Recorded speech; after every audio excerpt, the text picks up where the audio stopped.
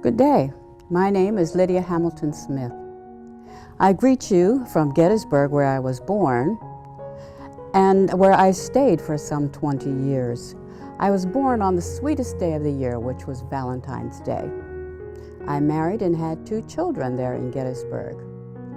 I unfortunately had to move to Lancaster, Pennsylvania, but was blessed with having to work for the Honorable Congressman Thaddeus Stevens.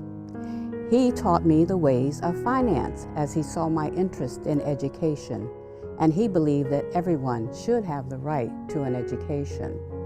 I did so well that he allowed me to run his business. I managed his business as well as the household. As I started as a housekeeper, I actually became the household manager.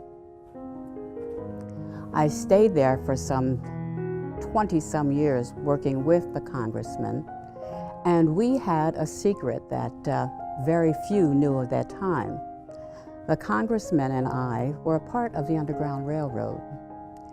Not only did he have his home in Lancaster and his business, his law office, but he owned a tavern next door where we hid in the basement in a cistern, freedom seekers.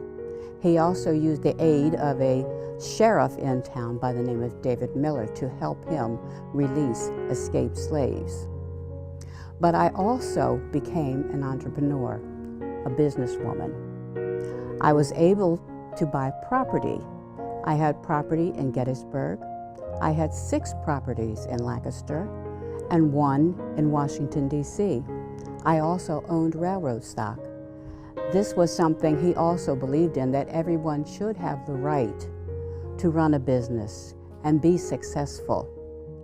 I took the time to come back to say to the young ladies of today that if I can succeed in the time when women were considered less than, I was a single woman, I was a widow with 2 children, and I'm living alone, but I was able to run businesses, run the congressman's business, and be quite successful. So I challenge the ladies of today to be able to run a business, become an entrepreneur. If I can do it in my time, there should be nothing to stop you now, because you have so much more available to you. We also believed in equality among all. The congressman sold properties to other women. He left in his will a legacy to start a school for young men. But in his will, it is noted specifically that they should all dine together at the same time. And he specified, be it Muhammadan, Christian, Gentile, or Islamic, they should sit down and have dialogue, because you can't know someone unless you talk to someone.